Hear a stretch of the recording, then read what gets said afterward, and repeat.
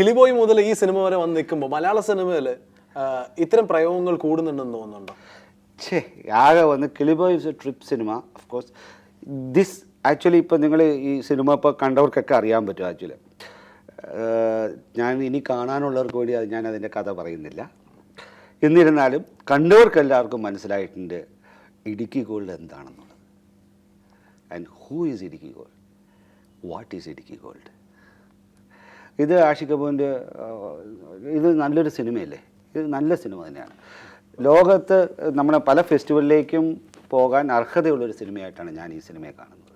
True, but as A international cinema വരെ കാണുന്ന ഒരു വ്യക്തി എന്ന രീതിയിൽ പെർസ്പെക്റ്റീവിൽ മലയാള സിനിമയുടെ സഭ്യതയെക്കുറിച്ച് ഒരുപാട് പേര് സംസാരിക്കുന്ന ഒരു കാലഘട്ടത്തിൽ what's your take on such things? അപ്പോൾ സിനിമയ്ക്കൊരു അതിർവരമ്പുകളില്ല. ശരിക്കും നമ്മൾ സിനിമയെ ആ തരത്തിൽ കാണാൻ സാധിക്കണം വന്നിട്ടുള്ള. നമ്മളൊരു സഭ്യതയുടെ വന്നിട്ടുള്ള ഒരു പ്രൊമോട്ടറായിട്ടല്ല സിനിമയെ നമ്മൾ കാണേണ്ടത്. ജീവിതത്തിൻ്റെ അല്ലെങ്കിൽ നമ്മുടെ മനസ്സിൻ്റെ നമ്മുടെ ഇമാജിനേഷൻ്റെ എല്ലാം വന്നിട്ടുള്ള ഒരു റിഫ്ലക്ഷനായിട്ടാണ് നമ്മൾ സിനിമയെ കാണേണ്ടത് വന്നിട്ട്. അവിടെ നമ്മളിതൊരു സിനിമ കണ്ടുകൊണ്ട് വന്നിട്ടുള്ളത് ഒരു സിനിമയിൽ ഒരാൾ മദ്യപിച്ചു എന്ന് പറഞ്ഞിട്ട് നേരെ പോയി മദ്യപിക്കുകയൊന്നുമില്ല ആരും, അല്ലേ? എത്ര ഞാൻ സിനിമ ആക്ച്വലി മലയാള സിനിമയിൽക്കാളും കൂടുതൽ വന്നിട്ടുള്ളത് മദ്യപാനം കൂടുതലുള്ളത് പഴയ ഹിന്ദി സിനിമയിലായിരുന്നു. ഏത് സമയത്ത് നോക്കിയാലും ഷരാബിനെ കുറിച്ചുള്ള പാട്ടുകൾ മാത്രമേ ഉള്ളൂ. എന്നാൽ ഏറ്റവും കൂടുതൽ മദ്യം വെക്കുന്നത് വന്നിട്ടുള്ളത് കേരളത്തിലാണല്ലോ, നോർത്ത് ഇന്ത്യയിലല്ലല്ലോ. അപ്പോൾ പിന്നെ സിനിമയുടെ ഷരാബി അല്ലെങ്കിൽ മദ്യം വന്നതുകൊണ്ട് ആണ് കേരളത്തിലേക്ക് മദ്യ വിൽപ്പന കൂടിയെന്നൊക്കെ ഒന്നും പറയുന്നതല്ല ശരി വന്നിട്ടുള്ളത്. ഞാൻ അതിനോട് യോജിക്കുന്നില്ല. 1980 മുതൽ മലയാള സിനിമ കണ്ടിട്ടുള്ള അല്ലെങ്കിൽ സൗത്ത് ഇന്ത്യൻ സിനിമ കണ്ടിട്ടുള്ള ഒരു ആക്ടർ എടുത്ത് ചോദിക്കാം, ഇപ്പോൾ സോ കോൾഡ് ആൾക്കാർ കുറ്റം പറയുന്ന ചില വാക്കുകൾ അല്ലെങ്കിൽ ലാംഗ്വേജ് പ്രയോഗങ്ങൾ അന്നത്തെ സിനിമയിലാണ് വന്നിരുന്നതെങ്കിൽ അടിയൊഴുക്കുകളുണ്ടല്ലോ, അടിയൊഴുക്കുകളിൽ മമ്മൂട്ടിയുടെ ക്യാരക്ടർ പറയുന്നതായിട്ടുണ്ടല്ലോ, തെറി പറയുന്നുണ്ടല്ലോ.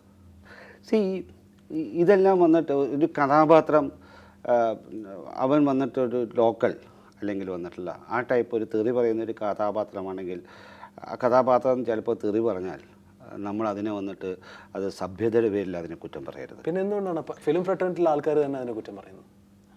Why do people inside the fraternity അല്ലെങ്കിൽ ഇൻഡസ്ട്രി ഓരോരുത്തർ സിനിമ അതാണ് അത് നമ്മുടെ സ്വാതന്ത്ര്യമാണ്. കുറ്റം പറയാനായിട്ടുള്ള സ്വാതന്ത്ര്യം എല്ലാവർക്കും ഉണ്ട്. അടിയൊഴുക്കുകളിൽ മമ്മൂട്ടി അങ്ങനെ പറഞ്ഞപ്പോൾ അന്നത്തെ ആരെങ്കിലും കുറ്റം പറഞ്ഞിരുന്നോ? എൻ്റെ ഓർമ്മ അടിയൊഴുക്കളാണെന്നാണ്. Okay whatever it is okay വന്നിട്ട് ഇല്ല ആരും പറഞ്ഞിട്ടില്ല. കാരണം അന്ന് എനിക്ക് എൻ്റെ ഓർമ്മയിൽ എന്ന് പറഞ്ഞാൽ അതിന് ശേഷം വന്ന ഈ ഇത്തരം തെറികൾ വരുമ്പോൾ ഭയങ്കര ക്ലാപ്സ് ആയിരുന്നു തിയേറ്ററിൽ. സഭ്യതയുടെ അതിർവരമ്പുകൾ എപ്പോൾ എങ്ങനെ വന്നിട്ട് നമ്മൾ ലംഘിക്കുമെന്നുള്ളത് വന്നിട്ടുള്ളത് നമ്മൾ മനസ്സിലാക്കി ചെയ്യേണ്ട ഒരു കാര്യമാണ്. കുറേയും കൂടി നമ്മൾ പക്വതയോടുകൂടി അതിനെ കാണേണ്ടതാണ്. ഒരു കഥാപാത്രത്തിന് അത് അനിവാര്യമാണെങ്കിൽ ആ സന്ദർഭത്തിന് അത് അനിവാര്യമാണെങ്കിൽ അത് ചെയ്യുന്നതിൽ തെറ്റില്ല എന്ന് ഞാൻ പറയും. പക്ഷെ അത് അനാവശ്യമായിട്ട് കുത്തി നിറയ്ക്കുന്നത് തെറ്റാണെന്ന് ഞാൻ പറയും. ഇതെൻ്റെ കംബാക്ക് ആണ്. True or false? Definitely I pray for it. എൻ്റെ ദൃശ്യഭാഷ സാക്ഷരത എനിക്ക് കേരളത്തിലേക്ക് സമർപ്പിക്കണമെങ്കിൽ ഞാൻ തിരിച്ചും ഒരു ആക്ടർ ആവണം. ഇന്ന് കാണുന്ന മലയാള സിനിമയിലെ നായകന്മാരിൽ നല്ല നർത്തകരില്ല. True or false? No, Mohanlal actually he learn dancing and ഞാൻ ഞെട്ടിപ്പോയി. അദ്ദേഹത്തിൻ്റെ ആക്ച്വലി പെട്ടെന്ന് ഡാൻസറായിട്ട് വന്ന് അദ്ദേഹം ഡാൻസ് ചെയ്ത കമലദളം. അഫ്കോഴ്സ് രംഗം ഞങ്ങൾ ഒരുമിച്ചിരുന്നിട്ട് കഥകളി എല്ലാം ചെയ്തതാണ്.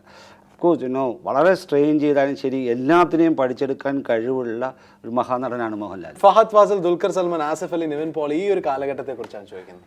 Of course don't judge them now. They will perform. If that actually വന്ന് ഒരു ഡാൻസിങ് റോൾ അവരെ കൊടുത്തു നോക്കുക, ദേ ആർ വെരി ഗുഡ് ആക്ടേഴ്സ്. എന്ന് പറഞ്ഞാൽ ഭയങ്കര ഒരു ചേഞ്ചാണ് അവരുണ്ടാക്കിയിരിക്കുന്നത്. അത്രയും അധികം വന്നിട്ടുള്ള ഹീറോസ് മലയാളത്തിലുണ്ടായിരുന്നു. നേരത്തെ 1-2 ഹീറോസിന് വെച്ചായിരിക്കും എപ്പോഴും ഉണ്ടാകുക. ഒരു പ്രേമനസീർ, സത്യൻ, മധു സാറ് 3 പേരായിരിക്കും. പിന്നീട് വന്ന കാലഘട്ടത്തിൽ സോമൻ, സുകുമാർ, ഞാൻ ഇടയ്ക്ക് ഇങ്ങനെ വന്നു പോകുന്നല്ലാതെ മമ്മൂട്ടി, മോഹൻലാൽ അല്ലേ, അങ്ങനെ സുരേഷ് ഗോപി, അങ്ങനെ കുറച്ച് ആക്ടേഴ്സ് ആയിരുന്നു വന്നിട്ടുള്ള മെയിനിൽ. ഇന്ന് അതല്ല, യങ്സ്റ്റേഴ്സിന് ആ സമയത്ത് ഞാൻ പറഞ്ഞു ഇപ്പോഴത്തെ ഒരു കാലഘട്ടമല്ല 80കളിൽ മാറ്റമുണ്ടാക്കിയതാണ്. കാരണം ഒരുപാട് ഹീറോസ് ഉണ്ട് തമിഴിലെ പോലെ തന്നെ മലയാളത്തിൽ. ഒരുപാട് ഹീറോസ്, ഫഹദ് ഫാസിലായാലും ശരി, ദുൽഖർ സൽമാൻ ഉണ്ട്, ജയസൂര്യ ഉണ്ട്, ആസിഫ് അലി ഉണ്ട്, എത്ര പേരുണ്ട്, നിവിൻ പോളി ഉണ്ട്. അതല്ലാതെ വേറൊരു നിര തന്നെയുണ്ട്. സിനിമയുടെ ഗോൾഡൻ കാലഘട്ടം ഡാഷ് ആയിരുന്നു. 80 ആയിരുന്നു സിനിമയുടെ ഗോൾഡൻ കാലം. Now 2010 ശേഷം 20 ഗോൾഡൻ കാലമാകും. ഈ ഓൾഡ് ജനറേഷൻ, ന്യൂ ജനറേഷൻ, അതിനിടയിലുള്ള ഗോൾഡ് ജനറേഷൻ എന്നിപ്പോൾ കേൾക്കുന്നുണ്ട്. സിനിമയ്ക്കകത്ത് വാട്ട് യു തിങ്ക് ഈ ഗോൾഡ് ജനറേഷനിലെ താരങ്ങൾ ആരൊക്കെയായിരുന്നു? We are the gold generation. Idukki ഗോൾഡിലെ heroes are the gold generation. അതുകൊണ്ടാണ് ഗോൾഡ് ജനറേഷൻ എന്ന് പറയുന്നത്. Mammootty, Mohanlal belongs to that gold generation. എല്ലാവരും 80s ഹീറോസും 80s എല്ലാവരുമാണ് the gold generation. That's a golden time of Malayalam cinema. അന്ന് ഭരതൻ ഉണ്ടായിരുന്നു, പത്മരാജൻ ഉണ്ടായിരുന്നു.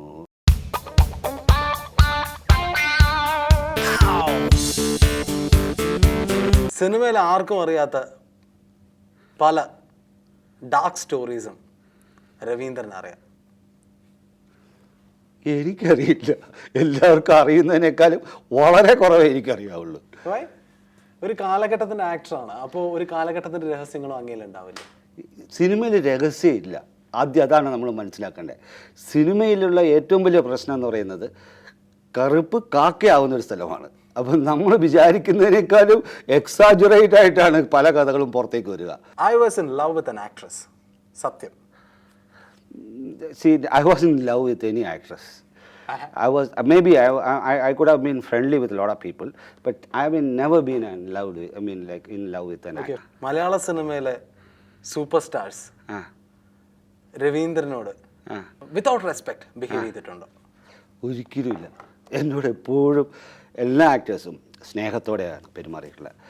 I can tell you one thing. In fact കഴിഞ്ഞ ഇലക്ഷനിൽ തന്നെ വന്നിട്ടുള്ളതിനകത്തേക്ക് ഞാൻ അവരെല്ലാം നിൽക്കുന്ന ഒരു തലത്തിൽ നിന്ന് ഞാൻ ഓപ്പോസ് ചെയ്തുകൊണ്ട് തന്നെയാണ് ഞാൻ വന്നിട്ട് ഒറ്റയ്ക്ക് ഞാൻ ഇലക്ഷൻ വന്നു. But they were not actually angry with me. അമ്മയുടെ ഇലക്ഷനിൽ ഒരിക്കലും വന്നിട്ട് എന്നോട് വന്നിട്ടുള്ളതിനകത്ത് ഒരിക്കലും ദേഷ്യം കാണിച്ചിട്ടില്ല. ദേ ഗിവ് മീ ഞങ്ങളെന്ന് എങ്ങനെയായിരുന്നോ ഇപ്പോഴും അതേപോലെ തന്നെയാണ്. അതുകൊണ്ട് തന്നെയാണ് അവർ ആ ഒരു തരത്തിൽ എന്നെ കാണുന്നത്. അന്ന് ഫിലിം ഫ്രട്ടേണിറ്റിയിൽ നിന്ന് ഒരു താൽക്കാലിക ബ്രേക്ക് എടുത്തില്ലായിരുന്നുവെങ്കിൽ യു വുഡ് ഹാവ് ബീൻ ആ ലീഗിൽ ഒരാളായിരിക്കുമായിരുന്നു. നെവർ. ആക്ച്വലി ഞാൻ ഫെയ്ഡ് ഔട്ട് ചെയ്തിട്ട് തെറിച്ചു പോയേനെ ചിലപ്പോൾ. കാരണം എൻ്റെ സ്വഭാവത്തിന് എനിക്ക് അങ്ങനെ നിൽക്കാൻ പറ്റുന്ന ഒരുത്തനല്ല. See like you should position yourself actually as an actor. ഞാൻ അതിലുപരി മറ്റു കാര്യങ്ങളിലൊക്കെ ഞാൻ ശരിക്കും ചിന്തിക്കുന്നവനായിരുന്നു. ഞാൻ I will tell you very frankly from my heart. ഞാൻ ആദ്യകാലങ്ങളിൽ ഞാൻ ഡബ് ചെയ്യാൻ വരും പോകില്ല. ആരെങ്കിലും ഡബ് ചെയ്യാൻ പോയില്ല, അഭിനയിച്ച് കഴിഞ്ഞാൽ ഞാൻ ഓടിക്കളയും. പിന്നെ ആ വർഷത്തേക്ക് ഞാൻ ആ സിനിമകൾ കാണാനേ പോകാറില്ല. സൂപ്പർ ഹിറ്റായ പല സിനിമകളും ഞാൻ കണ്ടിട്ടില്ല. മടിയനായിട്ടല്ല, ഞാൻ സിനിമയിൽ തന്നെയായിരുന്നു. ഞാൻ സിനിമ പുസ്തകങ്ങൾ വായിക്കും, സിനിമയുടെ കാര്യങ്ങൾ നോക്കും. അതെൻ്റെ ജോലിയാണ്. മെയിൻ സ്ട്രീം സിനിമയിൽ എനിക്ക് കാശ് കിട്ടി. ആ കാശ് കൊണ്ട് ഞാൻ അടുത്ത ബാക്കി പുസ്തകങ്ങൾ വായിക്കാനും മറ്റുള്ള കാര്യങ്ങളും ഫിലിം ഫെസ്റ്റിവലിൽ പോവുക. അല്ലെങ്കിൽ എനിക്ക് ഒരുപാട് അതേ ടൈപ്പ് അക്കാഡമിക്കൽ ആക്ടിവിറ്റി എൻ്റെ കയ്യിലുണ്ടായിരുന്നു. എപ്പോഴെങ്കിലും തോന്നിയുണ്ടോ I am an over actor? Definitely. Sometimes actually വന്നിട്ട് ഞാൻ ആക്ടർ ആണോ എന്ന് തന്നെ എനിക്ക് ചില സമയത്ത് ആ കാലത്ത് സംശയം തോന്നിട്ടുണ്ട്. മലയാള സിനിമയിലെ one of the senior most actors ആണ് രവീന്ദ്രൻ, ഐ ഷുഡ് സേ. ആ റെസ്പെക്റ്റിന് അപ്പുറം എപ്പോഴെങ്കിലും യു ഹാവ് എൻ എടാവാട പോടാ ബന്ധം വിത്ത് ഓൾമോസ്റ്റ് ഓൾ ദ സ്റ്റാർസ് അല്ലേ? അല്ലേ, ഞാനെല്ലാം ഇപ്പം ലൈക്ക് ഈവൻ ദോ ഞാൻ തന്നെ മറന്നു പോകാറുണ്ട് ഞാൻ സീനിയർ ആണോ ജൂനിയർ ആണോ എന്നുള്ളത്. അഫ്കോഴ്സ് മോഹൻലാലും മമ്മൂട്ടിയും 80-ന് മുമ്പ് വന്ന ആക്ടേഴ്സാണ്. അങ്ങനെ സീനിയോറിറ്റി നോക്കുകയാണെങ്കിൽ 78-ൽ തന്നെ മോഹൻലാൽ വന്നിട്ടുണ്ടെന്നാണ് പറഞ്ഞത്. മമ്മൂട്ടി അതിന് മുമ്പ് വന്നിട്ടുണ്ട്, മേളയിലൂടെ വന്നിട്ടുള്ളത്. പക്ഷെ സ്റ്റാർഡം പെട്ടെന്ന് എനിക്കായിരിക്കാം കിട്ടിയിരിക്കുക. അതുകൊണ്ട് ഞാൻ സീനിയർ ആവുന്നില്ല. പക്ഷേ ഞങ്ങളെല്ലാം വന്നിട്ടുള്ള ആ ഒരു ഫ്രണ്ട്ലി ബിഹേവിയർ ആ കാലത്തുണ്ടായിരുന്നു. അത് ഇന്നും എനിക്ക് വന്നിട്ട് അവർ തരുന്നുണ്ട്. നമുക്ക് ഒരിക്കലും വന്നിട്ട് ഒരു അപ്പോയിൻമെൻറ്റ് ഫിക്സ് ചെയ്തിട്ടൊന്നുമല്ല ഞാൻ സാധാരണ ഒരാളുടെ അടുത്തേക്കല്ല. ഞാൻ തോന്നുമ്പോൾ ഞാൻ എന്തെങ്കിലും ഒരു ഫിലിം ഫെസ്റ്റിവലിൻ്റെ കാര്യമായിട്ട് ചെല്ലും. ഞാൻ ചെല്ലുമ്പോൾ അവർ തന്നെ അവർക്കറിയാം ഞാൻ ഇത്തരം ഒരു അക്കാഡമിക്കൽ കാര്യമായിട്ടാണ് ചെല്ലുന്നത്. എല്ലാ സമയത്തും വന്നിട്ട് അവരെന്നോട് എനിക്ക് വന്നിട്ടുള്ള എൻ്റെ ഈ കാര്യത്തിനോട് അവർ വന്നിട്ട് ഒരു ഫ്രണ്ട്ലി ആയിട്ടും സഹായമായിട്ട് തന്നെയാണ് നിന്നേക്കണം. ഇപ്പോൾ എൻ്റെ ഫെസ്റ്റിവൽ തന്നെ മുമ്പിലേക്ക് കൊണ്ടുപോയത് അവരിൽ കൂടി തന്നെയാണ്. Of course because they are very good ആക്ടേഴ്സാണ് അവർ. അവരുടെ സിനിമകൾ കൊണ്ട് ഞാൻ ലോകം മുഴുവൻ നടന്നിട്ടുണ്ട്. മമ്മൂട്ടിയുടെ സിനിമ വന്നിട്ടുള്ള ഒരേ കടൽ, ആ സിനിമ ഞാൻ പാരീസിൽ ഷോ ചെയ്തിട്ടുണ്ട്. മോഹൻലാലിൻ്റെ പരദേശിയുടെ DVD എനിക്ക് മോഹൻലാൽ തന്നു വെച്ചത് ഞാൻ കാൻ ഫെസ്റ്റിവലിൽ ഉണ്ടായിരുന്ന സകല കൺട്രിയുടെയും പവലിയനിൽ കൊണ്ടുപോയിട്ട് ഞാൻ അത് കളിച്ചിട്ടുണ്ട്. I feel proud because they are the best actors. End of the day 2050 Malayala cinema imagine ഒരു പുസ്തകം അച്ചടിച്ചിറക്കുകയാണെങ്കിൽ അതിൽ രവീന്ദ്രൻ്റെ പേര് എന്തായിട്ടാണ് എഴുതേണ്ടത്? ഓഫ് കോഴ്സ് ഫിലിം ഫെസ്റ്റിവലുമായിട്ട് നടന്ന ഒരു ആക്ടർ, കൊച്ചി ഇൻ്റർനാഷണൽ ഫിലിം ഫെസ്റ്റിവലിൻ്റെ ആദ്യത്തെ ഫെസ്റ്റിവൽ ഡയറക്ടർ മക്ബുൽ ബഫിനെ പോലത്തെ പ്രസിദ്ധനായ ഡയറക്ടറുടെ ഇവിടെ കൊണ്ടുവരികയും അവരുടെ ഫാമിലിയെയും ഒത്തുചേർക്കാൻ അവസരമൊരുക്കിയ ഒരു ഡയറക്ടർ എന്നല്ല, ഒരു ഫെസ്റ്റിവൽ ഡയറക്ടർ. അതിലുപരി വന്നിട്ട് മോർ ദാൻ ആൻ ആക്ടർ എന്നവർ പറയും. He was more than an actor. അങ്ങനെ പറയണം. ഡെഫിനറ്റ്ലി. കാരണം I was not only an actor. നിങ്ങൾ എപ്പോഴും എന്നെ ഒരു ആക്ടറായിട്ട് മൊത്തം കാണുമ്പോൾ എൻ്റെ ചങ്കിടിക്കുകയാണ്. കാരണം ടപ്പ് ഞാൻ ഒരുപാട് നാൾ എൻ്റെ ജീവിതത്തിനകത്തുള്ള ശരിക്കും സിനിമയിൽ നിന്നാൽ നന്നായിട്ട് പൈസ ഉണ്ടാക്കാവുന്ന അതിൽ നിന്ന് മാറി നിന്നാണ് ഞാൻ പല പ്രവൃത്തികളും ചെയ്തത്. വന്നിട്ട് അതിനെയാണ് ഞാൻ കൂടുതൽ I love that type of my work. Real class film lover. No, of course I am a film lover. And ഞാൻ സിനിമയിലൂടെ ലോകത്തെ കാണാൻ പറ്റുമെന്ന് പഠിച്ച് അത് ഷെയർ ചെയ്യാൻ നടക്കുന്നവനാണ്. സത്യം പറഞ്ഞാൽ പണ്ടൊരു സിനിമ പെട്ടിയും ഒരു പ്രൊജക്ടർ തൂക്കി ഇന്ന് നാടായ നാടുകളിൽ സിനിമ പ്രദർശിപ്പിക്കുന്ന ഒരു സംസ്കാരം ഉണ്ടായിരുന്നു. അതിൻ്റെ ഒരു മോഡേൺ വെർഷനാണ് ഇപ്പോൾ Raveendran. Definitely you can say that. In fact ഇന്ന് DVD മതി, അല്ലെങ്കിൽ എൻ്റെ ഹാർഡ് ഡിസ്ക് മതി. ഞാൻ അതിനകത്ത് എൻ്റെ 4500 GB മോഡ്യൂൾസ് ഉണ്ട്, ഫിലിം അക്കാഡമിക്കൽ മോഡ്യൂൾസ് ഉണ്ട്. അത് ഭയങ്കര ഒരു ഖനി തന്നെയാണ് ഷാൻ.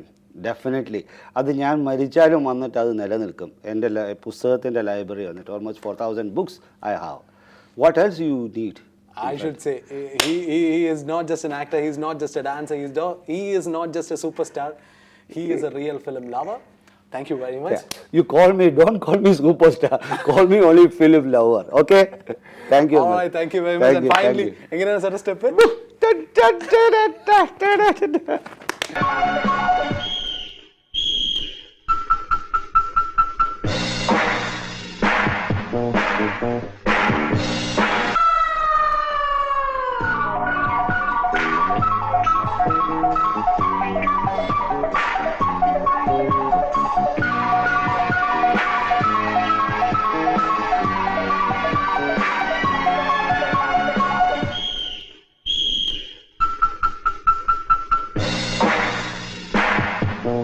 Thank you.